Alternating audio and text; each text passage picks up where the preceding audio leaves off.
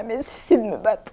J'ai toujours cette hantise qui pense que je les ai abandonnés. Je déplace des grosses montagnes. J'ai jamais cessé de trouver des solutions pour les protéger, pour qu'ils soient sauvés de leur calvaire. Vous avez une enquête qui démarre en janvier 2025. Donc vous doutez bien qu'un petit garçon de 8 ans maintenant, qui a courageusement réussi à dénoncer une brûlure que son père lui a infligée sur la main, vous doutez bien que 6 mois après, alors qu'il n'a plus le droit de voir sa mère, on ne sait pas ce que va donner cette enquête, mais j'ai peu d'espoir en fait. Cet enfant, il vit en vase clos avec son père. Ce petit garçon avait parlé déjà. Il avait parlé devant beaucoup d'enquêteurs de police, beaucoup d'officiers de police judiciaire. Il avait parlé devant plusieurs experts. Il avait parlé aux instituteurs, à l'école, à sa mère. Enfin, ils ont eu quand même beaucoup d'interlocuteurs auxquels ils ont dénoncé les violences. Donc ce petit garçon, il faut se mettre aussi un peu dans sa tête, c'est-à-dire qu'il fait que dénoncer des violences et il n'est pas protégé. Donc je pense, et Sophie pense également, que lorsqu'il va être auditionné, s'il ne l'a pas déjà été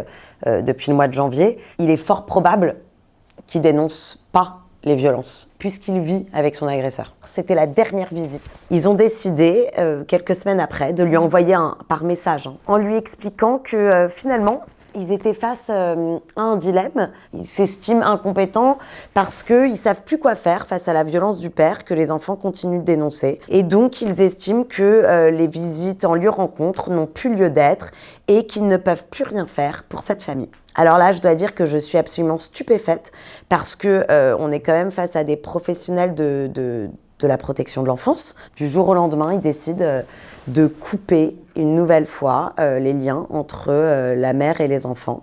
Et donc depuis le 19 octobre, on n'a aucune nouvelle des enfants.